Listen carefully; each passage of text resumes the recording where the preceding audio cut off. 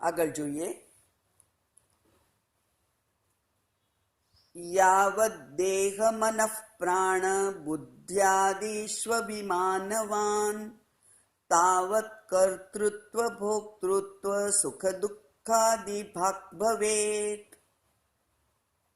યાવત જ્યાં સુધી, દેહ, દેહ એટલે સ્થૂળ દેહ, સ્થૂળ શરીર, મનઃ પ્રાણ બુદ્ધિ આદિ એટલે મન પ્રાણ બુદ્ધિ ચિત્ત અહંકાર, એવું એ અંતઃકરણ જે સૂક્ષ્મ શરીર છે તે, એમાં આદિ શું એટલે કે એમાં સપ્તમી વિભક્તિ છે, લોકેટિવ કેસ એટલે કે સ્થાન બતાવે. તો શું સ્થાન બતાવે છે? આ બધું ક્યાં છે? સ્થૂળ શરીર, સૂક્ષ્મ શરીરમાં જેને અભિમાન છે, અભિમાન છે એટલે કે તાદાત્મ્ય છે, એટલે કે હું પણ છે. હું આ શરીર, મારું આ શરીર, હું અને હુંની સાથે મારું સમજી જ લેવાનું, કારણ કે એ બે તો એક જ છે.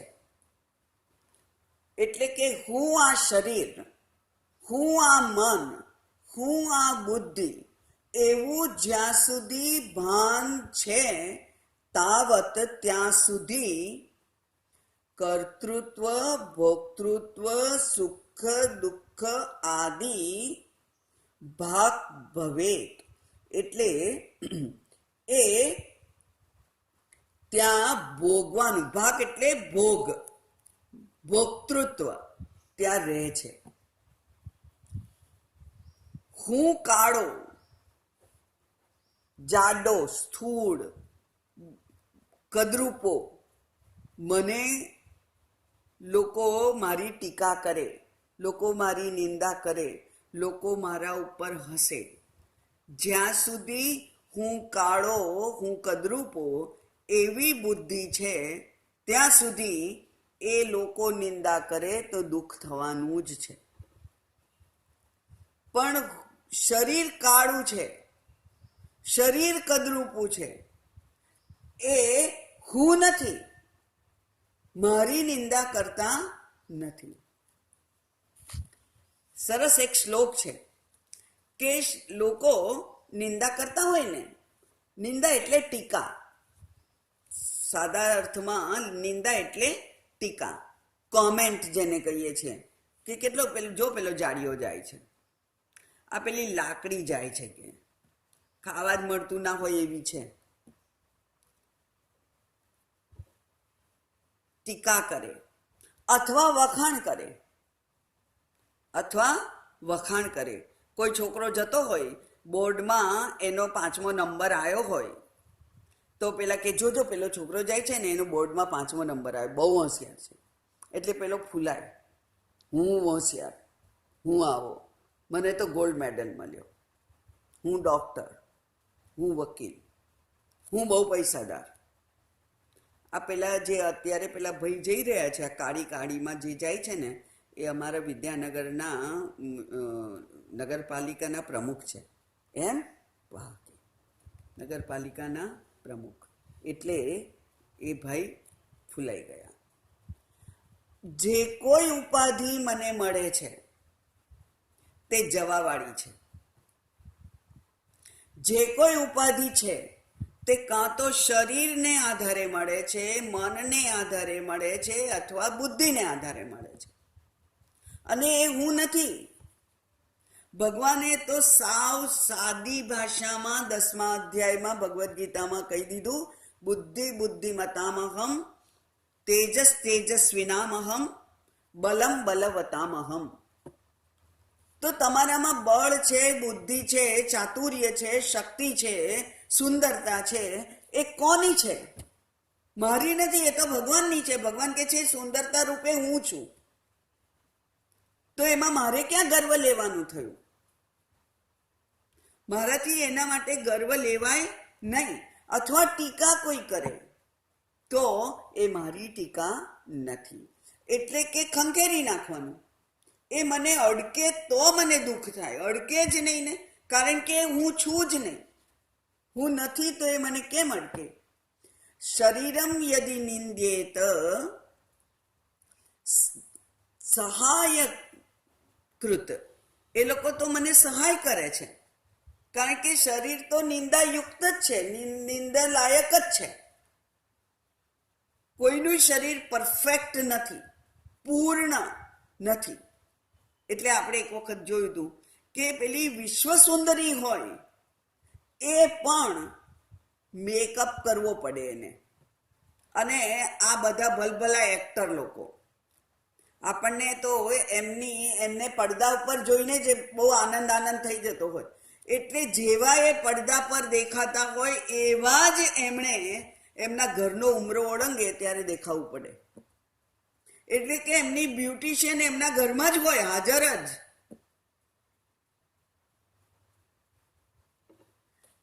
તો જો શરીરની નિંદા કરે છે તો એ તો સહાય કરે છે, કારણ કે મને યાદ અપાવે છે કે શરીર તો નિંદનીય જ છે, જવા દો, એની તો ક્યાં માથાકૂટ કરો. અને આત્માનમ યદિ નિંદ્યેત, અને જો એ લોકો આત્માનો નિંદા કરે છે તો એ લોકો નિંદ્યતે સ્વયમેવ, પોતાની જ નિંદા કરે છે, કારણ કે આત્મા તો મારો એમનો બધાનો એક જ છે. એટલે નિંદા કરે કોઈ કે વખાણ કરે, નિંદા એટલે કે નિંદા અથવા વખાણ, સારું કે ખોટું, મેરિટ ડિમેરિટ. તો મેરિટ અને ડિમેરિટ, ગુણ અને અવગુણ બંને એ મારા છે જ નહીં એવું જ્યારે સમજાય ત્યારે પછી એના માટે આપણને અહમ બુદ્ધિ રહેતી નથી. એટલે અહીંયા એ જ કહ્યું અભિમાનવાન, એમ કહ્યું, એનો અર્થ કે અહમ બુદ્ધિ, અહમ દેહ, એવું જ્યારે આપણે ઓનપ કરી લઈએ ત્યારે દેહની મર્યાદાઓ અથવા દેહની વિશેષતાઓ એનાથી સુખ કે દુઃખ થાય. એવી જ રીતે બુદ્ધિ અહમ એવું જ્યારે મન નક્કી કરીએ ત્યારે બુદ્ધિની મંદતા કે એની તીવ્રતા, એની તેજસ્વીતા, એનું મને અહંકાર થાય. પણ આ હું છું જ નહીં તો અહંકાર ક્યાં કરવાનો?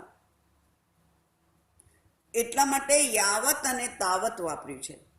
જ્યાં સુધી દેહ મન બુદ્ધિમાં અહમ બુદ્ધિ છે ત્યાં સુધી કર્તૃત્વ, ભોક્તૃત્વ, સુખ દુઃખ એ બધું જ મારું બની જાય છે. અને જો સુખ અને દુઃખ બે મારું બને તો મને મારા સુખ સ્વરૂપ, જે હંમેશા સુખ સ્વરૂપ છે, હંમેશા સત સ્વરૂપ છે, હંમેશા જ્ઞાન સ્વરૂપ છે, એનું જ્ઞાન થાય નહીં. એટલે આ અધ્યાત્મ રામાયણમાં આ વેદાંતના પાઠ આપણને પરશુરામ દ્વારા ભણવા મળી રહ્યા છે. યાદ કરાવે છે આપણને કે તું દેહ મન બુદ્ધિ તું નથી, એની વિશેષતાઓ, એની મર્યાદાઓ તારી નથી, એવું જો તું સમજે તો સુખ કે દુઃખ, સારું કે ખરાબ, આનંદ કે ગ્લાની છે જ નહીં. કેમ એવું કહ્યું એનું સ્પષ્ટતા હવે પછીના શ્લોકમાં કરે છે. આત્મન સંસ્કૃતિ નાસ્તિ બુદ્ધિર્જ્ઞાનમ ન જાત્વિતિ અવેકાદ્વયમ યુક્ત્વા સંસારીતિ પ્રવર્તતે. આત્મન સંસ્કૃતિ ન અસ્તિ, આત્માને સંસારમાં સંસરણ કરવાનું નથી. સંસાર એટલે સુખ દુઃખના જે તરંગો આવે એને સંસાર કહેવાય. સુખ દુઃખનો સાગર, મિશ્રણ વાળો જે સાગર છે એનું નામ સંસાર. સંસરતી ઇતિ સંસારઃ, જે સર્યા કરે, સુખ પછી દુઃખ, દુઃખ પછી સુખ, સુખ પછી દુઃખ, સંસરણ ચાલે. મનુષ્ય દેહ પછી ગાયનો દેહ, પછી દેડકાનો દેહ, પછી મગરનો દેહ, પાછો મનુષ્યનો દેહ, કોઈ વાર અમેરિકન, કોઈ વાર બ્રાઝિલિયન, કોઈ વાર એંગ્લો ઇન્ડિયન, કોઈ વાર આફ્રિકન, કોઈ વાર કાળા, કોઈ વાર ધોળા, કોઈ વાર ઉજળા, કોઈ વાર કાળા, કોઈ વાર ઇન્ડિયન, કોઈ વાર હિન્દુ, કોઈ વાર મુસ્લિમ. ચાલ્યા જ કરવાનું છે. એક જગ્યાએ કોઈ જગ્યાએ રિઝર્વેશન નથી, આપણું ધ્યાન રાખી લેજો. મનુષ્ય દેહ એનામાં આપણે રિઝર્વેશન કરાયેલું નથી, થઈ શકે જ નહીં. ગમે તે દેહ મળે એને જ સંસરણ કહેવાય. અને વિદ્વાનો આવું આપણને કહે છે વારંવાર, કારણ કે આપણે જો જોકું આવી ગયું હોય સુખનું તો જાગી જઈએ કે પેલી ગરોળી હું થઈશ તો બાપરી, હે ને? હા, એટલે મારે નથી થવું. જે હીન યોની છે એમાં મારે નથી જવું. તો આ મનુષ્યતા તો આપણી કઈ રિઝર્વેશન કરાયેલી છે નહીં. એનો અર્થ શું થયો કે અહીં ને અત્યારે જ, આ જન્મમાં જ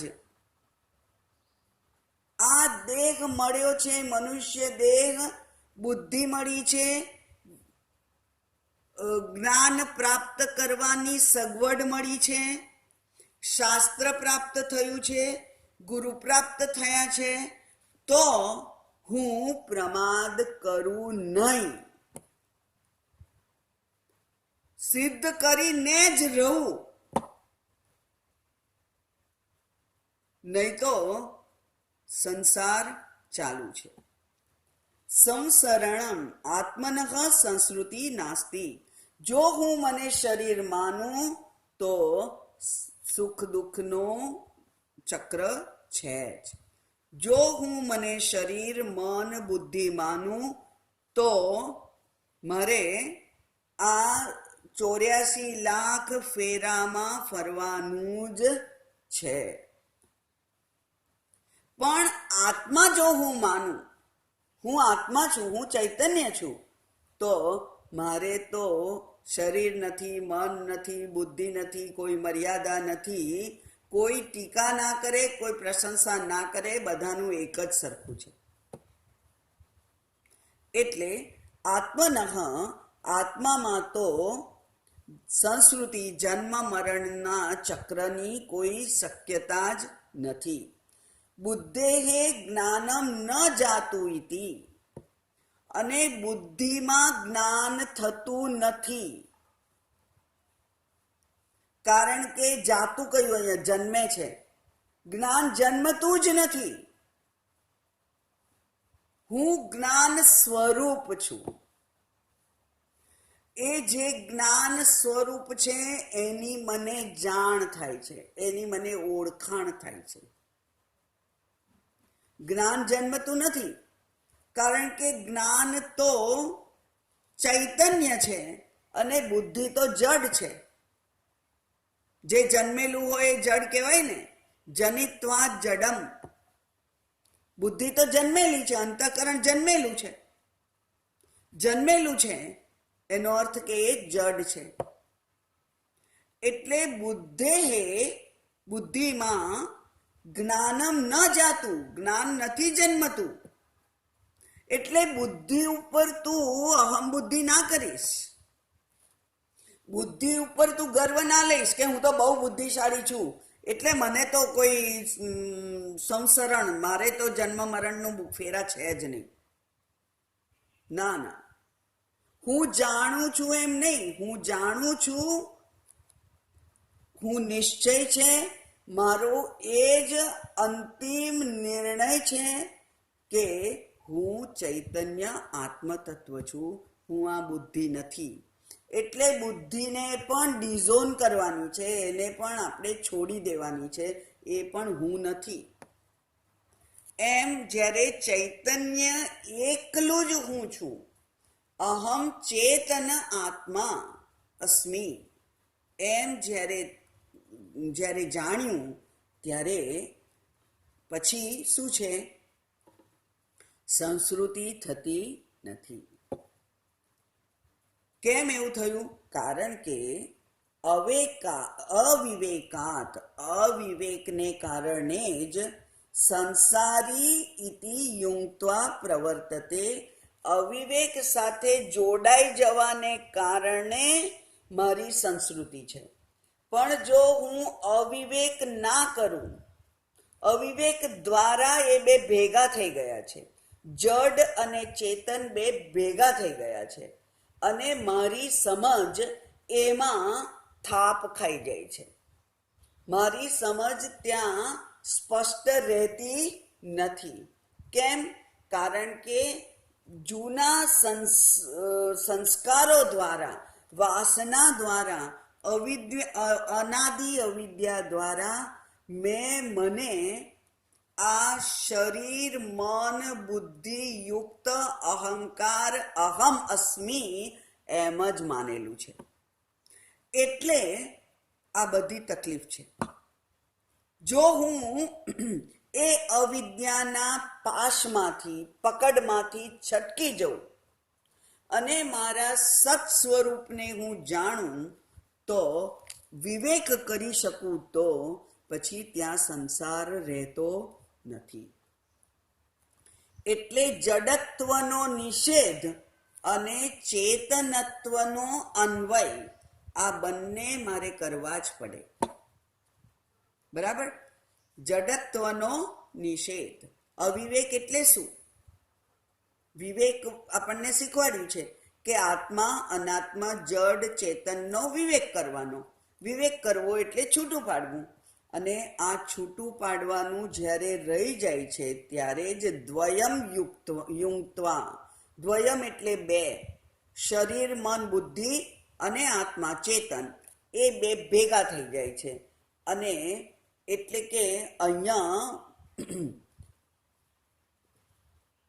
સંસારિત્વ જે છે એની વ્યાખ્યા કરી. માંડુક્ય ઉપનિષદમાં છેલ્લો 7મો જે મંત્ર છે, એમાં એ કે છે અયમ આત્મા પ્રપંચોપશમઃ. શું કહ્યું? અમાત્ર ચતુર્થો અવ્યવહાર્ય પ્રપંચોશમઃ. પ્રપંચનો ઉપશમ ત્યાં થઈ ગયો છે. એટલે કે ત્યાં પ્રપંચ છે નહીં. ક્યાં? આત્મામાં. આત્મામાં પંચ પ્રપંચ, પંચ મહાભૂત, પંચ ઇન્દ્રિયો, પંચ જ્ઞાનેન્દ્રિયો, પંચ કર્મેન્દ્રિયો, પંચ પ્રાણ, પંચ વિષય, પાંચનું જે આખું સિરીઝ છે એ આત્મામાં છે નહીં. અને હું તો આત્મા છું. જો હું આત્મા છું, તો વિવેક દ્વારા જે અનાત્મા છે એને એની સાથેનું મારું જે તાદાત્મ્ય અજ્ઞાન દશામાં હતું, તે હવે રહ્યું નથી. કોઈ પેલી રબરની ઢીંગલીની જેમ આમ તેમ ફેરવી નાખવાનું અને એક સરસ બનાવી દેવાની આકૃતિ, એવું અહીંયા કરવાનું નથી. અહીંયા માત્ર બુદ્ધિમાં જે જોડાણ ઊભું થઈ ગયેલું, એ જોડાણને બુદ્ધિમાંથી જ જુદું પાડી દેવાનું છે. એટલે વેલ્ડિંગ, સ્વામીજી વેલ્ડિંગ કહે છે, વેડિંગ અને પછી ડિવોર્સ એટલે વિવેક. દ્વયમ બે તો જુઓ, આ શાસ્ત્રએ પણ બે ગણાવવા પડે છે. કારણ કે જેનો અનુભવ થાય છે એનો સીધો નિષેધ ના કરી શકાય. બરાબર, અનુભવ થાય છે અને આ શરીરનો અનુભવ ક્યાં સુધી થવાનો છે? જ્યાં સુધી પ્રારબ્ધ છે અને શરીર ટકશે ત્યાં સુધી શરીરથી આપણે જુદા પડી નથી શકવાના. પણ બુદ્ધિથી વિવેક દ્વારા આ જે જડ પાર્ટ છે એ જડ પાર્ટનો આપણે અહમ ઇદમ નાસ્તિ, હું આ નથી એવી રીતે વિરોધ કરવાનો છે. હું શરીર નથી, હું મન નથી. મનોબુદ્ધિ અહંકાર ચિત્તાની નાહમ ન ચ શ્રોત્ર જીવે ન ચ ઘ્રાણ નેત્રે ન તેજો ન વાયુ ચિદાનંદ રૂપો શિવોહમ શિવોહમ. નિષેધ એટલે દ્વયમ જે છે એ યુક્ત થઈ ગયું છે એટલે સંસારિત્વ છે. એ છૂટું પડી જાય વિવેક દ્વારા એટલે સંસારિત્વ રહેતું નથી. એનો જ વિસ્તાર કર્યો છે પછીના શ્લોકમાં. જડસ્ય ચિત્ સમાયોગા ચિત્ત્વં ભૂયાત ચિતેસ્તથા જડ સંગા જડત્વં હિ જલાગ્ન્યોર્મેલનમ યથા. જડસ્ય ચિત્ત સમાયોગાત, જડ અને ચિત્ત, ચિત્ત એટલે શુદ્ધ ચૈતન્ય, ત અડધો છે, અ વગરનો ત. જડનો, જડસ્ય જડનો ચિત્ત, ચિત્ત એટલે શુદ્ધ ચૈતન્ય, એટલે કે પ્રતિબિંબિત ચૈતન્ય નહીં. બરાબર, પ્રતિબિંબિત ચૈતન્ય નહીં. ચિત્ત એટલે શુદ્ધ ચૈતન્ય.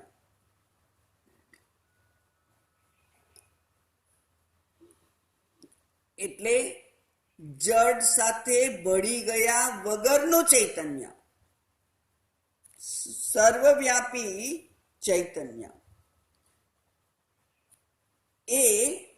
એના લીધે ચિત્ત્વમ ભૂયાત, બેના યોગાત, સમાયોગાત, એ બે ભળી ગયું છે એટલે ભૂયાત બને છે, બન્યું છે ચિત્ત તથા. એટલે કે આને શાસ્ત્રના શબ્દોમાં કહેવાય છે અન્યોન્ય અધ્યાસ. હવે આપણે આના વગર, આ શ્લોકની સામે જોયા વગર સમજીએ. અન્યોન્ય અધ્યાસ એટલે ચૈતન્ય જે સચ્ચિદાનંદ સ્વરૂપ છે, જે નિત્ય છે, એ જડ ઉપર પોતાનું પ્રભાવ મૂકે છે. અને જે ચૈતન્ય સ્વરૂપ છે, જે ચેતન છે, એ પોતાનું પ્રતિબિંબ આ જડ ઉપર મૂકે છે. અને એ બંને એકબીજામાં જાણે કે ભેળસેળ થઈ ગઈ છે. હું હાલું છું, ચાલું છું, ખાઉં છું, પીવું છું એટલે હું ચેતન છું એવું આપણે કહ્યું.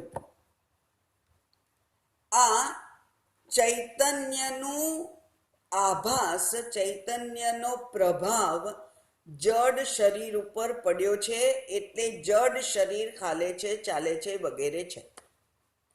અને જડ શરીર જે મરવા વાળું છે, જન્મમાં વાળું છે, સુખી દુઃખી થનાર છે, એ હું છું એમ આત્માને હું સુખી દુઃખી માનું છું, મને હું સુખી દુઃખી માનું છું.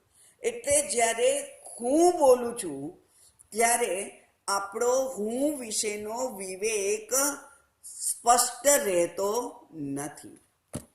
હું બિચારો હું મરી જવાનો, હવે આટલા ઉંમર થઈ, આટલા રોગ થયા, હવે હું મરી જવાનો અને દુઃખી. એ મરી કોણ જવાનું છે? શરીર જતું રહેવાનું છે, હું જવાનો નથી. એ વિવેક તે વખતે રહેતો નથી. એ જ પ્રમાણે જ્યારે હું તો ચાલી શકું છું, હું બોલી શકું છું, હું સાંભળી શકું છું, હું જોઉં છું, ત્યાં જોનાર કોણ છે? શ્રોત્રસ્ય શ્રોત્રમ મનસો મનોયત ચક્ષુષ ચક્ષુ. આ ચક્ષુ નથી જોતું. ચક્ષુનું જે ચક્ષુ છે, જે ચૈતન્ય છે, એ ચૈતન્યમાં જોવાની ક્ષમતા છે. આમાં નથી એવું ભૂલી જઈએ છીએ. અને હું તો મને સ્પષ્ટ દેખાય છે, મારે કઈ ચશ્માની જરૂર નથી, મારે તમારા ઓપિનિયનની જરૂર નથી, હું વિચારી શકું છું. બરાબર? એટલે હું વિચારું છું, અભિમાન આવ્યું. શેમાં? વિચારવાની જે મારી શક્તિ છે, જે ચૈતન્યનો ગુણ છે, એને મેં મારો માની લીધો અને એનું હું ગર્વ કરું છું. ચૈતન્યનો જે ગુણ છે એ આ ઇન્દ્રિયો વગેરે દ્વારા વ્યક્ત થાય છે. અને આપણા બહુ સુંદર ઉદાહરણથી એને બુદ્ધિમાં સંગ્રહી શકાય એમ છે. પેલો નવરાત્રિનો દીવો, પેલું શું કહેવાય એને, ઘટ હોય, નવરાત્રિનું જે પેલો ઘડો કાણા કાણા વાળો, એની અંદર દીવો મૂકો અને એ ઘડામાં દીવો મૂકી અને પ્રકાશ બહાર આવે છે. શેમાંથી બહાર આવે છે? પેલા કાણાઓમાંથી. એવી રીતે આ જે કાણાઓ મૂકેલા છે, ભગવાને 11 કે 9 ગણો, 2, 4, 6, 8 અને 9, બરાબર? આ 9 કાણા છે. એ 9 કાણામાંથી પ્રકાશ બહાર ફેંકાય છે. એક કોનો પ્રકાશ છે? એ ચૈતન્યનો પ્રકાશ છે. બરાબર? એટલે આંખથી જોવાથી તમારે અભિમાન કરવાની જરૂર નથી.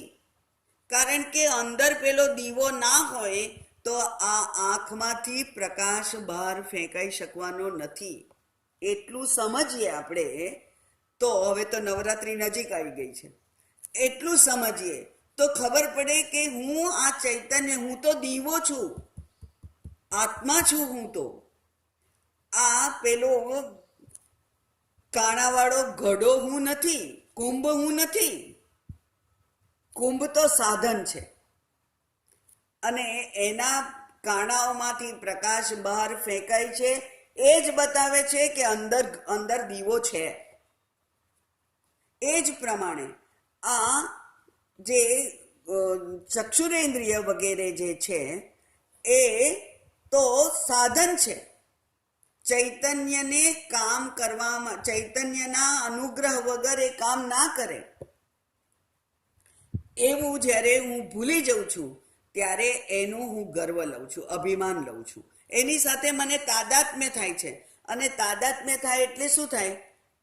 પુત્રે પુષ્ટે અહમ પુષ્ટ, પુત્રે નષ્ટે અહમ નષ્ટ. બરાબર? હવે તો આ આંખમાં દેખાતું નથી, કંઈક પડ્યું, ડૉક્ટર કહે છે કે હવે મને દેખાશે નહીં. એક દિવસ એવા એક વ્યક્તિને પેલા કેબીસીમાં અમે જોયેલો છે, તમે પણ જોયો હોય કદાચ ગયા વર્ષે. ડૉક્ટર હતો, ડેન્ટિસ્ટ, અને એણે એક ડેન્ટિસ્ટ્રીનું કામ કરતો હતો. એના ક્લિનિકમાં કોકના દાંતનું રિપેરિંગ કરતો હતો અને અચાનક જ એને ધૂંધળું દેખાવા માંડ્યું. અને હજુ તો થોડીક વાર કંઈક વિચાર આવે એ પહેલાં તો એની આંખો જતી રહી.